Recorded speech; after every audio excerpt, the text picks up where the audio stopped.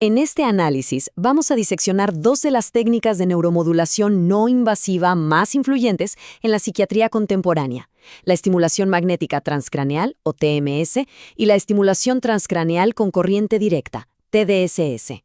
Ambas emergen como herramientas terapéuticas verdaderamente fundamentales, sobre todo cuando nos enfrentamos al desafío de los trastornos resistentes al tratamiento, que es donde los paradigmas farmacológicos, seamos honestos, a menudo alcanzan su límite de eficacia. Así que el objetivo aquí es realizar una disección rigurosa de los principios biofísicos, la evidencia empírica y los criterios clínicos que guían su prescripción y selección. Para lograr esto, la exposición seguirá una estructura bastante lógica y progresiva. Iniciaremos con los fundamentos biofísicos que distinguen a cada modalidad. Luego, profundizaremos en los parámetros técnicos que constituyen la dosis terapéutica. Posteriormente, evaluaremos la evidencia de más alto nivel, la que proviene de metaanálisis, y finalizaremos con un análisis comparativo y los criterios para una selección clínica que esté bien informada y sobre todo basada en la evidencia. Comencemos por los fundamentos. Una comprensión profunda de los principios físicos que distinguen a cada modalidad es una condición sine qua non, no solo para su correcta aplicación clínica, sino también para interpretar adecuadamente los resultados neurofisiológicos y terapéuticos que observamos. Digamos que esta distinción en el mecanismo de acción es la base de todo lo que vamos a ver a continuación. La TMS opera bajo el principio de inducción electromagnética de Faraday. Lo que sucede es que un pulso de corriente de muy alta intensidad pero de corta duración atraviesa una bobina de estimulación. Esto genera un campo magnético transitorio y potente. Este campo atraviesa las estructuras como el cráneo y el cuero cabelludo con una atenuación mínima e induce un campo eléctrico secundario en el tejido cortical. Y aquí está la clave. Es el gradiente espacial de este campo eléctrico el que, si alcanza una magnitud supraumbral, provoca la despolarización de las membranas de las neuronas corticales, generando potenciales de acción sincronizados. A diferencia de la TMS, la TDCS no induce potenciales de acción de forma directa. En su lugar, aplica una corriente eléctrica directa, de baja amplitud y de carácter tónico, a través de electrodos posicionados en el cuero cabelludo. Esta corriente fluye a través de los tejidos y genera un campo eléctrico débil que modifica el potencial de membrana en reposo de vastas poblaciones neuronales. Su efecto es puramente modulatorio. La estimulación anódica causa una ligera despolarización de la membrana, acercando a la neurona a su umbral de disparo y, por tanto, aumentando su probabilidad de activación. Por el contrario, la estimulación catódica hiperpolariza la membrana, con lo cual disminuye la excitabilidad cortical. Y aquí reside entonces la dicotomía mecanicista fundamental. La TMS es una técnica inductiva y fásica que provoca una activación neuronal directa y sincrónica, capaz de entrelazar ritmos oscilatorios cerebrales.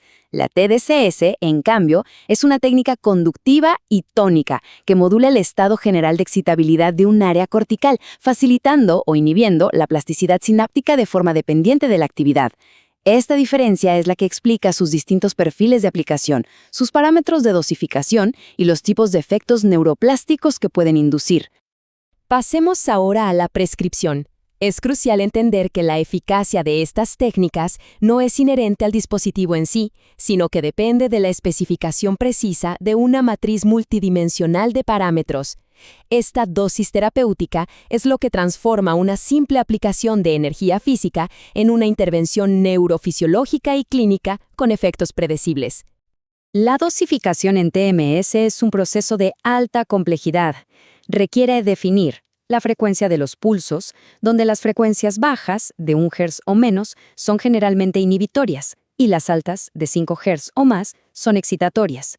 La intensidad, que se calibra individualmente como un porcentaje del umbral motor en reposo, la localización anatómica precisa del coil, idealmente guiada por neuronavegación, su orientación, que determina qué poblaciones neuronales se activan preferencialmente, y por último, el patrón temporal de los pulsos, como en la estimulación por ráfagas teta o TDS. Para ilustrar la sensibilidad de la TMS a estos parámetros, es útil examinar el paradigma de pulso pareado. Ojo, esto no es un protocolo de tratamiento, sino una sofisticada herramienta de investigación neurofisiológica.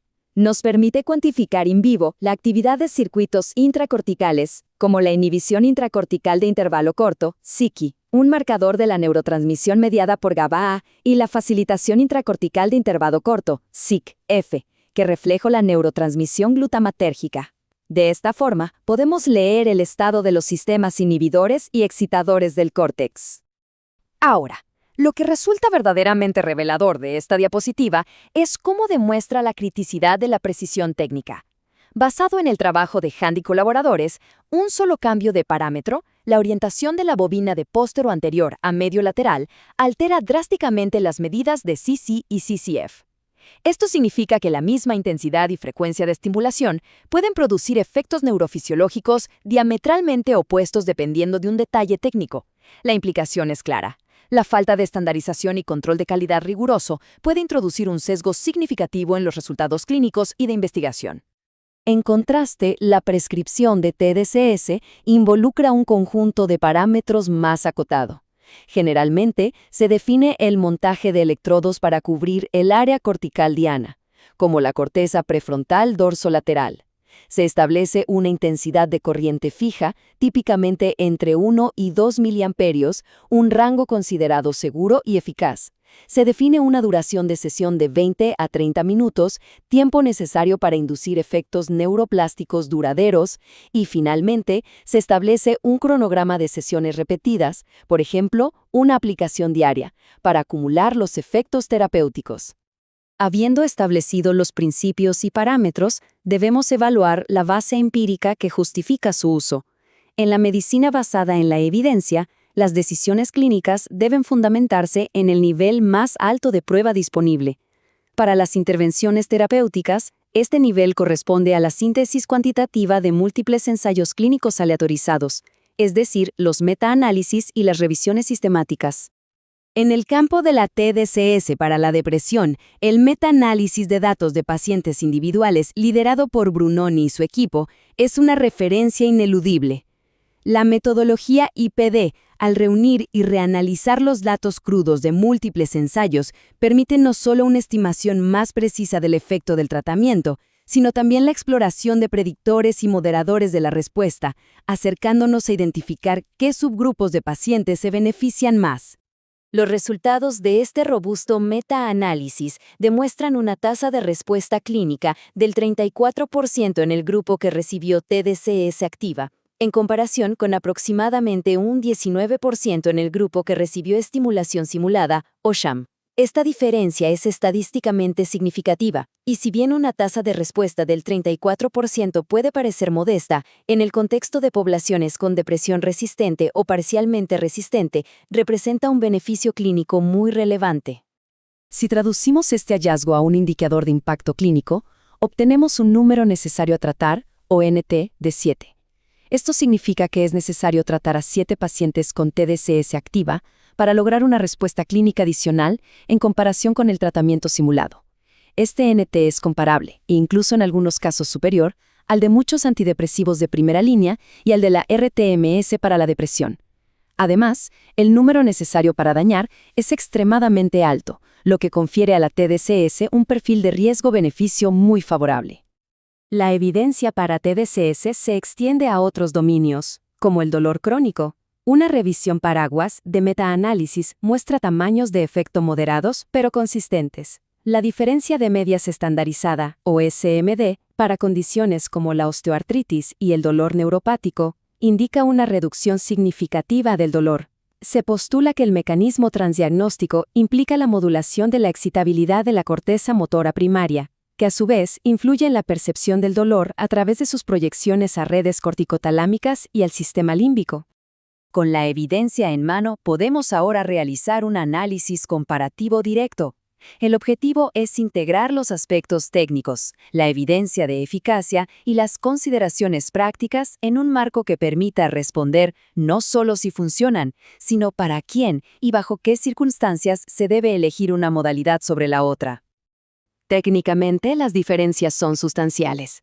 La TMS ofrece una alta focalidad espacial, del orden de centímetros, permitiendo la estimulación de subregiones corticales específicas. Su equipamiento es complejo, costoso y requiere infraestructura especializada.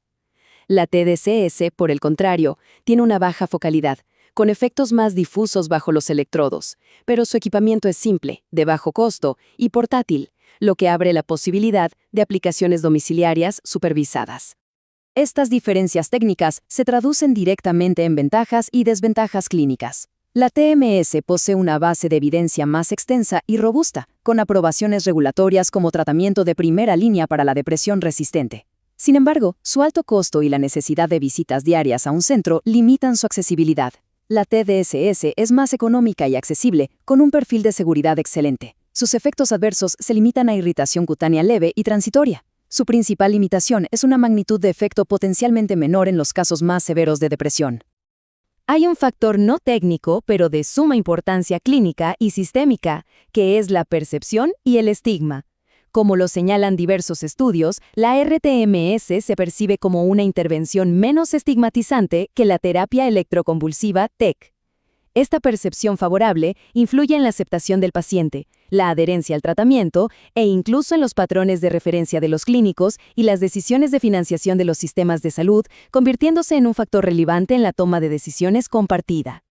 Finalmente, debemos sintetizar toda esta información en un marco coherente para la selección de pacientes. El objetivo es desarrollar una heurística racional y basada en la evidencia que nos permita navegar la decisión clínica de cuándo y en quién utilizar cada una de estas valiosas terapias.